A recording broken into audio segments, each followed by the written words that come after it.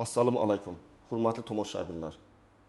Bugun men pensionerlar, nafaqa oluvchilar va ularning farzandlari uchun juda muhim bo'lgan masalani tushuntirib beraman. Men noyabrdan keyin pensiya olish, pensiya kartasi, bank orqali to'lov, hujjat tekshiruvi va ayrim hollarda pul ushlab qolish masalalarida avvalgidek beparvo yurish mumkin bo'lmaydi. Bu gap faqat 1-2 kishiga emas, oilasida pensioneri bor deyarli hamma xonadonlarga tegishli. Eng muhim joyi shuki, odamlar qo'rqayotgan narsa nimada? Ko'pchilik pensiya to'xtab qoladimi? Kartadan pul yechib olinadimi? Hujjatimda xato bo'lsa nima bo'ladi? Men kasalman, borib navbatda tura olmasam-chi? deb xavotirda. Men bugun shularning hammasini oddiy tilda misollar bilan tushuntiraman. Iltimos, videoni oxirigacha ko'ring, chunki bitta kichik xato ham bir necha oy pensiya kechikishiga sabab bo'lishi mumkin. Hozirning o'zida kanalga obuna bo'ling, like bosing. Chunki bunday ogohlantiruvchi va amaliy ma'lumotlar sizga ham, ota-onangizga ham kerak bo'ladi. Men avval vaziyatni juda oddiy qilib tushuntiraman. Oldin ko'p pensionerlar pensiyani odatdagi tartibda olardi. Kimdir bank kartasiga, kimdir naqd shaklda, kimdir ishonchnoma orqali farzandi yoki qarindoshi yordamida. Ko'p hollarda odamlar bir marta pensiya tayinlatib olgandan keyin yillar davomida alohida tekshiruv bo'lmasdan pulini olib yurardi. Hujjatdagi kichik xatolar, yashash manzili o'zgargani, bank kartasi muddati tugagani, telefon raqami boshqaga rasmiylashtirilgani kabi masalalar ko'pincha keyinga surilardi. Endi esa asosiy o'zgarish shundaki, pensiya tizimida nazorat kuchaymoqda. Bu nimani anglatadi? Birinchidan, pensionerning shaxsi, yashash holati, hujjatlari, bank rekvizitlari, ayrim ijtimoiy ma'lumotlari elektron bazalar orqali ko'proq solishtiriladi. Ikkinchidan, pensiya olayotgan odam haqiqatan ham o'zi olmoqdami yoki uning nomidan boshqa biro foydalanyaptimi degan masala jiddiyroq tekshiriladi. Uchinchidan, qarzdorlik, aliment, sud qarori, ijro hujjati, ortiqcha to'langan pensiya kabi holatlar bo'lsa, pensiyadan ushlab qolish masalasi ko'tarilishi mumkin. Bu yerda eng katta muammo shuki, ko'p odamlar buni hammaning pensiyasi kamayadi deb tushunib oladi. Yo'q, men aniq aytaman. Agar hujjatlaringiz joyida bo'lsa, qarzdorlik bo'lmasa, bank kartangiz faol bo'lsa, yashash manzilingiz va shaxsiy ma'lumotlaringiz to'g'ri bo'lsa, qo'rqishga asos kam. Lekin agar siz keyin to'g'rilayman. Meniki o'zi yurib turibdi, kartani o'g'lim ishlatadi. Telefon raqam qaysi nomdaligini bilmayman. Pasport almashtirgandim, lekin pensiya bo'limiga aytmaganman deb yurgan bo'lsangiz, aynan siz xavf guruhidasiz. Men buni qo'rqitish uchun emas, ogohlantirish uchun aytyapman. Chunki amaliyotda eng ko'p muammo aynan oddiy e'tiborsizlikdan chiqadi. Pensioner pulini kutadi, doğrusu tugaydi, kommunal to'lovni to'lashi kerak. Lekin karta ishlamay qoladi yoki pensiya tushmaydi. Keyin odamlar yugurib boshlaydi. Bankka boradi, pensiya jamg'armasiga boradi, mahallaga boradi. Nega to'xtadi deb izlaydi. Aslida esa sabab ko'pincha oldindan bartaraf qilinadigan oddiy hujjat yoki ma'lumot muammosi bo'ladi. Birinchi toifa, bank kartasi muddat tugayotgan yoki allaqachon tugagan pensionerlar. Masalan, Xorazmdagi Oltintakiz yoshli otaxonning kartasi oktyabrda tugagan, lekin u baribir pul tushaveradi deb o'ylagan. Noyabrda pensiya tushadi, lekin karta orqali foydalanish imkoni bo'lmaydi. Bankka borganda yangi karta chiqarish, shaxsni tasdiqlash, telefon raqamini bog'lash kerak bo'ladi. Agar pensionerning o'zi bora olmasa, ishonchnoma masalasi chiqadi. Natijada pul bor, lekin undan foydalanish qiyinlashadi. Shuning uchun karta muddati tugashiga 1 oy qolganda bankka borib yangilash kerak. Ikkinchi toifa, pensiyani farzandi yoki qarindoshi kartadan yechib olib beradigan pensionerlar. Men bunday holatlar juda ko'p ekanini bilaman. Masalan, ona qishloqda yashaydi. Pensiya kartasi Toshkentda ishlaydigan o'g'lida. O'g'il har oy pul yechib onasiga yuboradi. Bir qarashda yomon niyat yo'q. Lekin tizim nuqtai nazaridan savol tug'iladi. Pensiya egasi puldan haqiqatda foydalanyaptimi? Agar nizo chiqsa, masalan, boshqa farzand onam pulni olmayapti desa, bu juda jiddiy masalaga aylanadi. Shuning uchun pensionerning kartasi, SMS xabarnomasi va bank ma'lumotlari imkon qadar o'z nazoratida bo'lishi kerak. Agar sog'ligi yomon bo'lsa, rasmiy ishonchnoma bilan ish yuritish to'g'ri yo'l. Uchinchi toifa, pasport yoki ID karta almashtirgan, lekin pensiya bo'limiga ma'lumot bermaganlar. Masalan, bir ayol 2023 yilda eski pasportini ID kartaga almashtirgan, familiyasida bitta harf o'zgargan yoki hujjat raqami yangilangan, bankda ma'lumot yangilangan, Lekin pensiya tizimida eski ma'lumot qolgan. Elektron tekshiruvda nomuvofiqlik chiqsa, to'lov kechikishi mumkin. Bu katta fojia emas, lekin odam uchun noqulaylik. Shuning uchun yangi ID karta olgan bo'lsangiz, pensiya bo'limiga yoki tegishli xizmat markaziga ma'lumot yangilanganini tekshirtiring. 4-toifa vaqtincha boshqa viloyatda yoki chet elda yurgan pensionerlar. Bu yerda ham nozik jihat bor. Agar pensioner doimiy yashash joyidan uzoqda bo'lsa, pensiya olish tartibi, ishonchnoma, bank kartadan foydalanish, tiriklik holatini tasdiqlash kabi masalalar paydo bo'lishi mumkin. Masalan, pensioner Qashqadaryoda ro'yxatda, lekin qizi bilan Toshkentda yashayapti. Manzil o'zgarganini hech kimga bildirmagan. Unga keladigan xatlar, chaqiruvlar, tekshiruvlar eski manzilga borishi mumkin. Keyin men bilmaganman deyish foyda bermaydi. Shuning uchun yashash manzili o'zgargan bo'lsa, mahalla va tegishli idoralarda ma'lumotni yangilab qo'yish zarur. 5-toifa qarzdorligi bor pensionerlar. Bu eng og'riqli masala. Ba'zi pensionerlar kreditga kafil bo'lgan, ba'zilarda kommunal qarz bor, ba'zilarda sud qarori bilan undiriladigan summa bor. Kimdadir aliment yoki boshqa ijro hujjati bo'lishi mumkin. Agar ijro hujjati mavjud bo'lsa, pensiyadan ma'lum miqdorda ushlab qolish ehtimoli bor. Bu bank xohlagancha olib qo'yadi degani emas. Odatda bunday ushlab qolish qonuniy tartib, ijro hujjati va belgilangan chegaralar asosida bo'lishi kerak. Lekin pensioner buni oldindan bilmasa, karta hisobiga kamroq pul tushganda qo'rqib ketadi. Misol keltiraman. Pensioner 1200 ming so'm pensiya oladi. Uning nomida sud qarori bilan 3 ming so'm qarzdorlik bor. Ijro tartibida har oy pensiyadan ma'lum foiz ushlab qolinishi mumkin. U kishi nega pensiyam 1200 ming emas, 960 ming tushdi deb bankka boradi. Bank esa ijro hujjati bor deydi. Bunday vaziyatda bank bilan urushishdan oldin MIBA yoki ijro organidan hujjat nusxasini so'rash kerak. Qaysi qaror, qaysi sana qancha qarz, qancha ushlab qolinmoqda, hammasi yozma ko'rinishda aniqlanishi kerak. 6-toifa. Nogironlik pensiyasi yoki boquvchisini yo'qotganlik nafaqasi olayotganlar. Bu guruhda hujjatlar muddati, tibbiy xulosa, o'qish ma'lumotnomasi, vasiylik hujjatlari kabi masalalar juda muhim. Masalan, boquvchisini yo'qotganlik nafaqasini olayotgan talaba o'qishni davom ettirayotganini tasdiqlovchi ma'lumotnomani vaqtida topshirmasa, to'lov to'xtashi yoki qayta ko'rib chiqilishi mumkin. Yoki nogironlik guruhi bo'yicha belgilangan muddat tugasa, qayta ko'rikdan o'tish kerak bo'ladi. Men avval olganman-ku degan gap har doim ham yetarli emas. Endi kimlar xavotir olmasligi kerak. Agar sizning ID kartangiz yangilangan, bank kartangiz faol, pensiya har oy o'z vaqtida tushyapti. Telefon raqamingiz o'zingizniki, qarzdorlik bo'yicha sud yoki ijro hujjatingiz yo'q.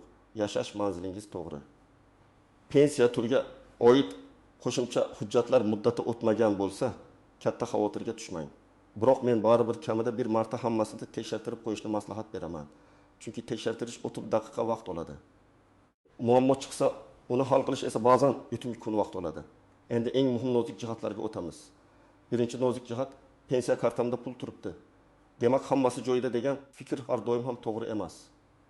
Kartada pul bo'lishi mumkin, lekin keyingi oy to'lov tushmasligi mumkin. Nega? Chunki tizimda keyingi to'lov uchun ma'lumot mos kelmasligi, hujjat muddati tugashi yoki tekshiruv belgisi chiqishi mumkin. Shuning uchun faqat kartadagi qoldiqqa qarab xotirjam bo'lmang. Ikkinchi nozik jihat, ishonchnoma. Ko'p odamlar onam menga aytgan, men olib beraman deb o'ylaydi. Oilaviy ishonch boshqa, huquqiy ishonchnoma boshqa. Agar pensionerning o'zi bankka bora olmasa, notarial ishonchnoma yoki qonunda nazarda tutilgan boshqa rasmiy tartib kerak bo'lishi mumkin. Ayniqsa katta summa yechish, karta almashtirish, hisob raqamini o'zgartirish. Pensiya bilan bog'liq ariza berish kabi ishlar og'zaki ruxsat bilan bitmaydi. Men farzandlarga aytaman, ota-onangizning hujjatini o'zingizcha olib yuravermang, rasmiy tartibda ish qiling. Bu sizni ham, ota-onangizni ham himoya qiladi. 3-nozik jihat, telefon raqami. Bugun bank ilovalari, SMS xabarnoma, tasdiqlash kodlari telefon raqamiga bog'langan. Pensionerning kartasi o'zida, lekin SMS nabirasining raqamiga boradi. Yoki eski raqam yopilgan, lekin bank tizimida hamon o'sha turibdi. Bu firibgarlik uchun katta xavf. Agar kimdir kodni bilib olsa, karta orqali pul o'tkazmalari, onlayn to'lovlar qilinishi mumkin. Shuning uchun pensionerning bankka ulangan raqami nazoratda bo'lsin. Eng yaxshi olat telefon pensioner yoki ishonchli qarindosh nomida lekin hamma operatsiya ochiq va tushunarli bo'lsin. 4-nozik jihat ortiqcha to'langan pensiya. Ba'zan tizim xatosi yoki ma'lumot kechikishi sabab odamga ortiqcha pul to'lanib qolishi mumkin. Ko'pchilik tushdimi, demak meniki deb o'ylaydi. Lekin agar keyin bu ortiqcha to'lov deb topilsa, qaytarish talab qilinishi mumkin. Asosan, kimdir ma'lum nafaqa turini olish huquqini yo'qotgan, lekin ma'lumot kechikib tizimga tushgan va yana 2 oy pul olgan. Keyin o'sha 2 oy uchun qaytarish talabi kelishi mumkin. Shuning uchun pensiya yoki nafaqa miqdori kutilmaganda oshib ketsa, albatta sababini so'rang. 5-nozik jihat. Firibgarlar 10 noyabr yangi tartib pensiya o'zgaradi degan gaplar tarqaganda firibgarlar faollashadi. Ular telefon qilib, pensiyangiz to'xtab qolmasligi uchun kod ayting. Kartangizni qayta ro'yxatdan o'tkazamiz, yangi kompensatsiya beriladi, pasport rasmini yuboring. Bank xodimiman deyishi mumkin. Men qat'iy ogohlantiraman. Hech kimga SMS kod aytmang, karta raqami, amal qilish muddati, CVV kod, bank ilovasi parolni bermang. Pensiya jamg'armasi ham, bank ham sizdan telefon orqali maxfiy kod so'ramaydi.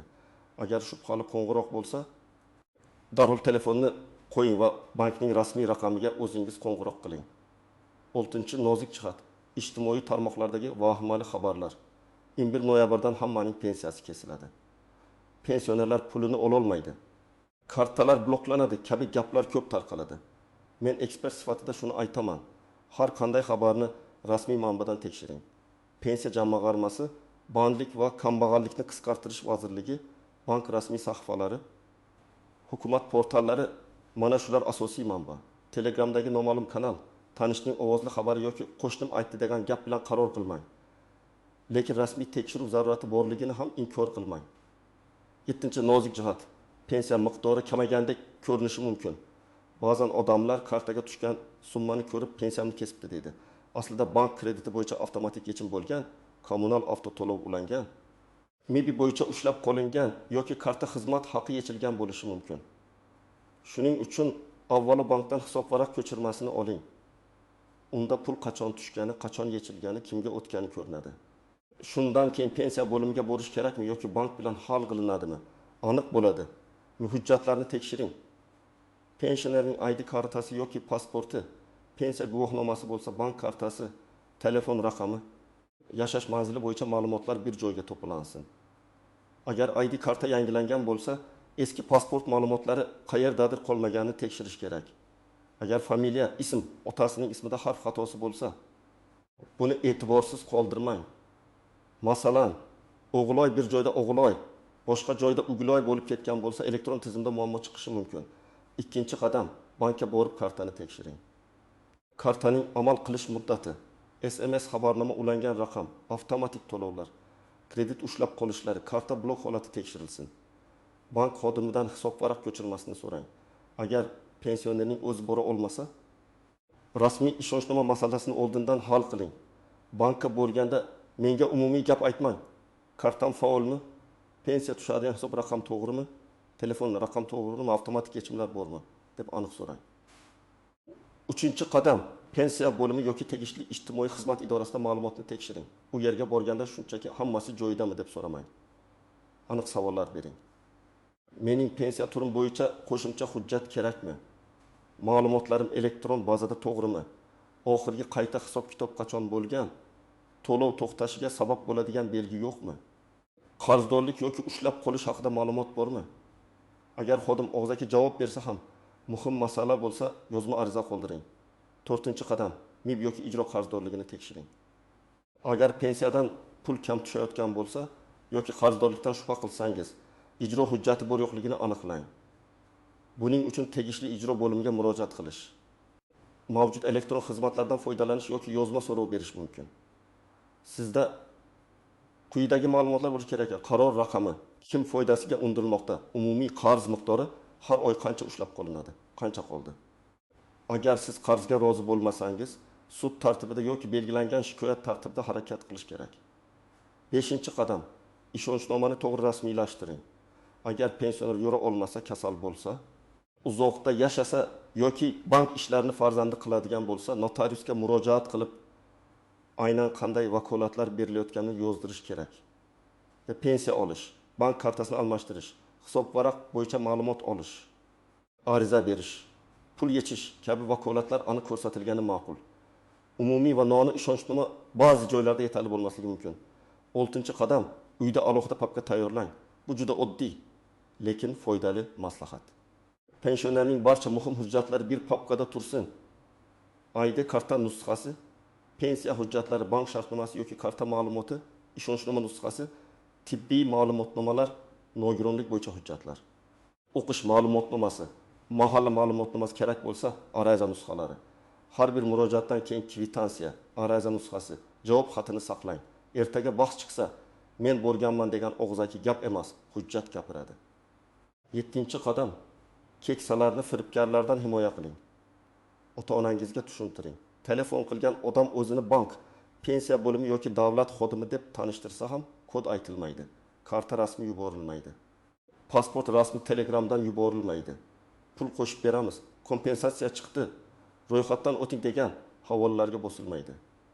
Agar chindan ham yangilik bo'lsa, farzandlari bilan maslahatlashsin, rasmiy idoraga borsin yoki rasmiy raqamga qo'ng'iroq qilsin.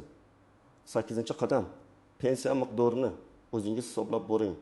Har oy qancha tushishi kerak, qancha tushdi, qancha yechildi, yozib boring. Masalan, daftarga oy nomini yozing. Noyabr 1200 ming so'm tushdi. 200 ming so'm kreditga yechildi. 50 ming so'm kommunal to'lov, qoldi 920 ming. Shunda keyingi oy nimadir o'zgarsa darrov bilasiz. Ko'p pensionerlar pulni mayda-mayda yechadi. Keyin qayerga ketdi deb bilmay qoladi. Hisob yuritish keksalar uchun ham, farzandlar uchun ham tinchlik beradi. 9-qadam, agar pensiya tushmasa, vahimaga tushmang, tartib bilan harakat qiling. Avval bankdan tekshiring, to'lov kelganmi yoki yo'qmi? Agar bank to'lov kelmagan desa, pensiya bo'limiga boring. Agar bank kelgan, lekin ushlangan yoki bloklangan desa, sababini yozma ko'rinishda so'rang. Agar pensiya bo'limi hujjat yetishmaydi desa, qaysi hujjat qaysi muddatda qayerdan olinadi? Yozib oling. Hech qachon birinchi eshitgan gap bilan to'xtab qolmang. Masala pul va huquq masalasi, shuning uchun aniqlik talab qiling. 10-qadam, ariza yozishni biling. Ariza juda murakkab bo'lishi shart emas. Unda kimga murojaat qilayotganingiz, o'zingiz haqingizda ma'lumot, muammo mazmuni va talabingiz aniq yoziladi. Masalan, mening pensiyam noyabr oyida odatdagi miqdordan kam tushdi. Kam tushish sababi ushlab qolish bo'lsa, uning huquqiy asosi. Qaror raqami va hisob kitobini yozma ravishda taqdim etishingizni so'rayman. Mana shunday ariza odamni himoya qiladi. Og'zaki gap unutiladi, yozma arizaga esa javob berish kerak. Birinchi vaziyat. Yoshli onaxon har oy 1 million so'm pensiya oladi. Kartasi o'zida, lekin bank ilovasini nabirasi ishlatadi. Bir kuni pensiya tushadi, 2 kun ichida pulning katta qismi onlayn xaridlari ketadi.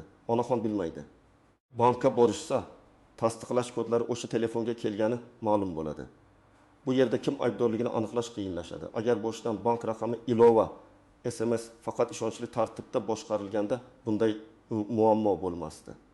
Ikkinchi vaziyat, pensioner otaxon kreditga kafil bo'lgan, asosiy qarzdor kreditni to'lamagan, sud qarori chiqqan. Otaxon bundan bexabar. Bir kuni pensiyadan pul ushlanadi. U men kredit olmaganman deydi. Lekin kafil bo'lgani uchun javobgarlik yuzaga kelgan. Demak, kafil bo'lish ham oddiy imzo emas, katta moliyaviy xavf.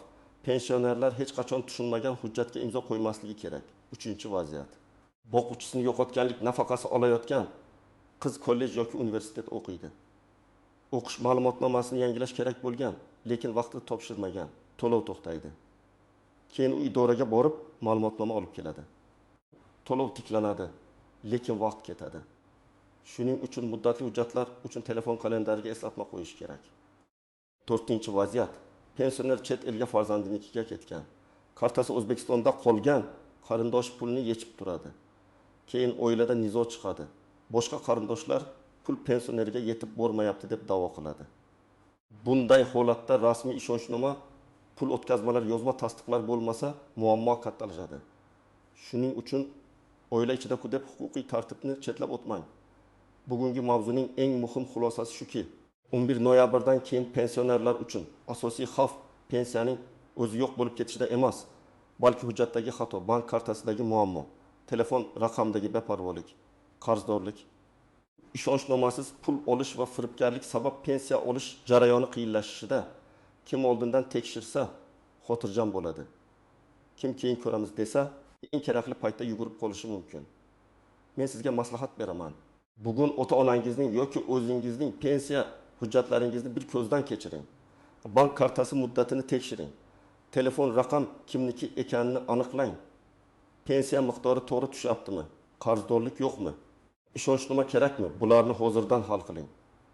Bu ishlar qiyin emas, lekin vaqtida qilinsa, katta muammoning oldini oladi.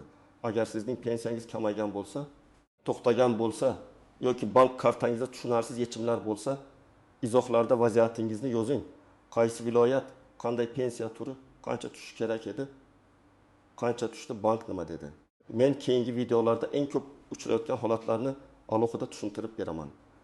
Videoni foydali deb bilsangiz, albatta like bosing, yaqinlaringizga yuboring. Ayniqsa pensioner ota-onasi bor odamlarga yetkazing. Kanalga obuna bo'ling, chunki men sizga pensiya, nafaqa, bank, qarzdorlik va ijtimoiy to'lovlar bo'yicha eng muhim o'zgarishlarni oddiy tilda tushuntirib boraman. Fikringizni kommentariyada yozing. Sizda ham pensiya bilan bog'liq muammo bo'ldimi yoki hammasi joyidami?